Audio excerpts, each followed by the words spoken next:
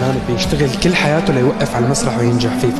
بس انا كتير اشتغلت على حالي واشتغلت على التيم اللي معي، وفي ناس عم تشتغل ليل ونهار ليزبط هذا الكونسبت وهذا الحفل، واخذنا شهور طويله نحن عم ندرس ادق التفاصيل، وين نوقف وكيف تغني وشو بدي اغني وشو بدي يطلع والى اخره، ليكون شيء بنفس القدر من التميز اللي موجود بموسيقى.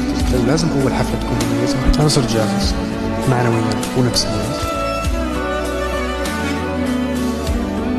خلصت الكتاب خلال ساعة، سولد اوت.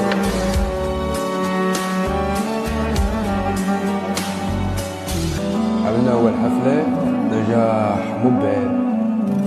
مبهر على جميع الأصعدة. حلوة، كان الزيت العمري اللي وصل لهون احتمال